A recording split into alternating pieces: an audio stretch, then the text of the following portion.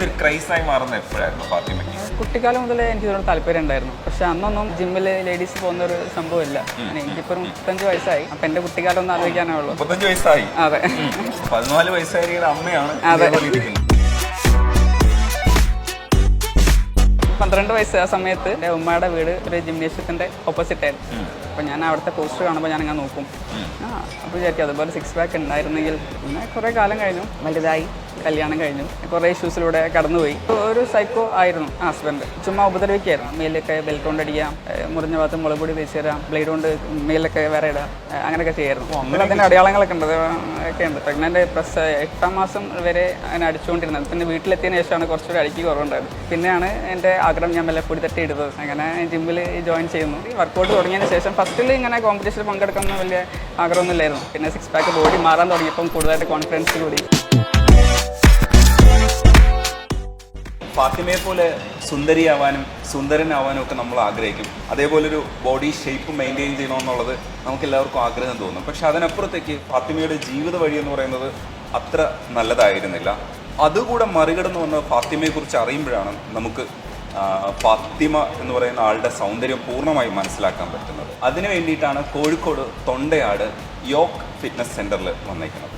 Hi Fathima. Hi.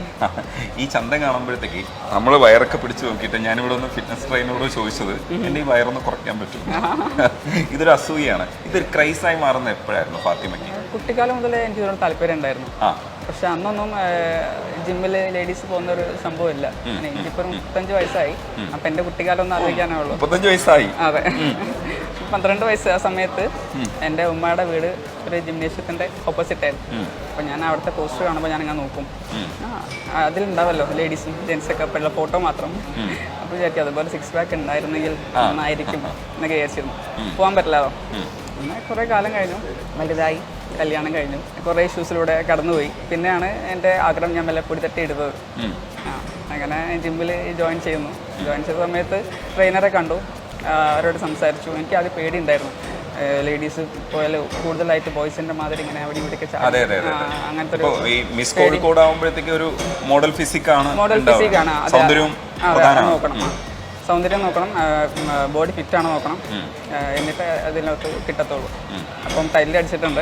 ഈ സൗന്ദര്യം എന്ന് പറയുമ്പോൾ തെറ്റിദ്ധരിക്കണ്ട, ഒരു ഫെമിനൈൻ എന്ന് നമ്മൾ ഉദ്ദേശിക്കുന്ന ഒരു സൗന്ദര്യവും കൂടെ അവർ നോക്കും. അങ്ങനെയാണ്. അതെ അതെ അതെ അതെ. അതിൽ ടൈറ്റിൽ അടിച്ചിട്ടുണ്ട്. പിന്നെ അതിൽ കയറി വർക്കൗട്ട് തുടങ്ങിയതിന് ശേഷം ഫസ്റ്റിൽ ഇങ്ങനെ കോമ്പറ്റീഷനിൽ പങ്കെടുക്കുന്ന വലിയ ആഗ്രഹമൊന്നുമില്ലായിരുന്നു. പിന്നെ വർക്കൗട്ട് ചെയ്ത് തുടങ്ങി. പിന്നെ ഇതിനോടുള്ള ക്രേസ് പണ്ടത്തെ ഉണ്ടല്ലോ, അതിങ്ങനെ പൊടി തട്ടി എടുത്തു. പിന്നെ 6 പാക്ക് ബോഡി മാറാൻ തുടങ്ങിയപ്പം കൂടുതലായിട്ട് കോൺഫിഡൻസ് കൂടി. പിന്നെ വിചാരിച്ചു ഒന്ന് സ്റ്റൈലിലൊന്ന് ഇറങ്ങി നോക്കാം.